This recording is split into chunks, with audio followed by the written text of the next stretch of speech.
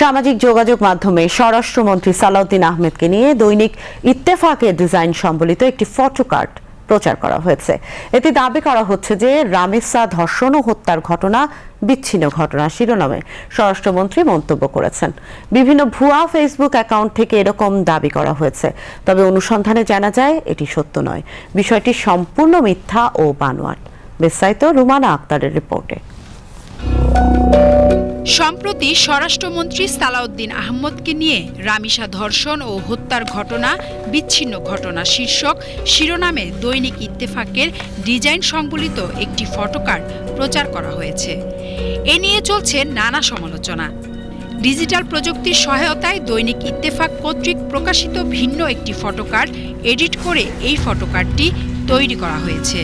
এ বিষয়ে অনুসন্ধানে জানা যায়, আলোচিত ফটোকার্ডটিতে মূলধারার গণমাধ্যম দৈনিক ইত্তেফাকের লোগো আছে। অনুসন্ধানে ইত্তেফাকের ফেসবুক পেজে প্রচারিত ফটোকার্ডগুলো পর্যবেক্ষণ করে উক্ত তারিখে আলোচিত শিরোনাম সংবলিত কোনো ফটোকার্ড খুঁজে পাওয়া যায়নি। এছাড়া দৈনিক ইত্তেফাকের ওয়েবসাইট ও ইউটিউব চ্যানেলে উক্ত দাবির বিষয়ে কোনো সংবাদ খুঁজে পাওয়া যায়নি। তবে দৈনিক ইত্তেফাকের ফেসবুক পেজে অন্য একটি ফটোকার্ডের সাথে আলোচিত ফটোকার্ডটির মিল লক্ষ্য করা যায়।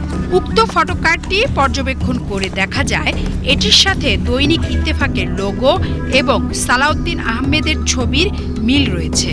তবে উভয়ের ফটোকার্ডে ব্যবহৃত শিরোনামের ভিন্নতা রয়েছে। এছাড়াও ইত্তেফাকের ফটোকার্ডে ব্যবহৃত ফন্টের সাথে আলোচিত ফটোকার্ডে ব্যবহৃত ফন্টের অমিল রয়েছে।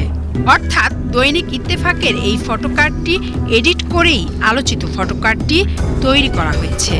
ফটোকার্ডটির মাধ্যমে সম্পূর্ণ ভুয়া ও মিথ্যা অপপ্রচার চালানো হচ্ছে। Rumana Akter, BTV news.